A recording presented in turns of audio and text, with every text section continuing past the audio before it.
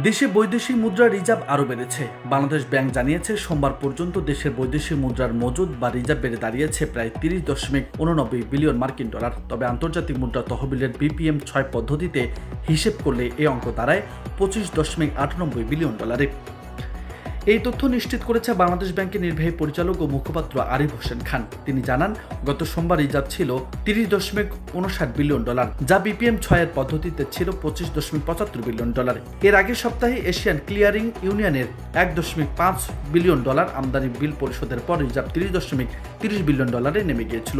তখন BPM-6 এর হিসাব অনুযায়ী রিজার্ভ ছিল 25.39 বিলিয়ন ডলার।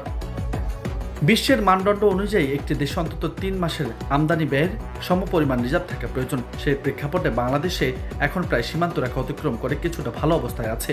প্রবাসী আয়, রপ্তানি আয়, বৈদেশিক ঋণ ও বিনিয়োগ থেকে আসা ডলারই মূলত রিজার্ভের প্রধান উৎস। অন্যদিকে আমদানি ব্যয়, ঋণের সুদ, বিদেশি কর্মীদের পারিশ্রমিক, শিক্ষা ও ভ্রমণ খরচ সহ নানা খাতে ডলার ব্যয় হওয়া রিজার্ভ হ্রাস পায়। দেশের রাজনৈতিক পট পরিবর্তনের পর বৈধ পথে রেমিটেন্স প্রবাহ বাড়ায় বৈদেশিক মুদ্রা বাজারে স্বস্তি পেয়েছে।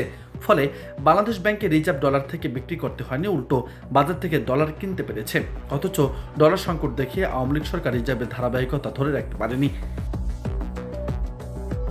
নিউজ ডেস্ক, বার্তা 24।